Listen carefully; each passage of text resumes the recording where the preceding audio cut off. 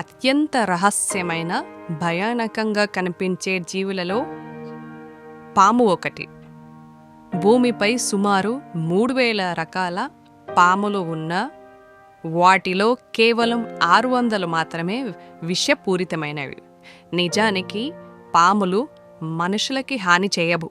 పాములు కాళ్ళు లేకుండా కదలగలిగే ప్రత్యేక శరీర నిర్మాణాన్ని కలిగి ఉంటాయి.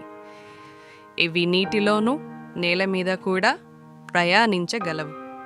ఇవి తమ శరీరంలోని కండరాల సహాయంతో నేల మీద జారుతూ ముందుకు సాగుతాయి. వీటి నాలుక ప్రత్యేకంగా ఉంటుంది. అది బయటకి పొడిచి ఉండి వాసనలు పట్టుకొని చుట్టూ ఉన్న వాతావరణాన్ని అర్థం చేసుకుంటుంది. విషపూరిత పాములు తమ కోరలలో ఉండే విషాన్ని వేటాడిన జంతువులోకి పంపి దానిని క్షణాల్లో కదల్లేని స్థితికి తెస్తాయి.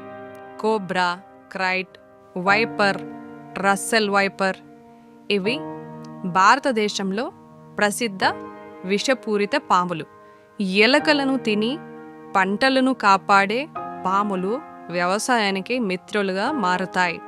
పాములు కూడా ప్రకృతి సమతుల్యతలో కీలక పాత్ర పోషిస్తాయి.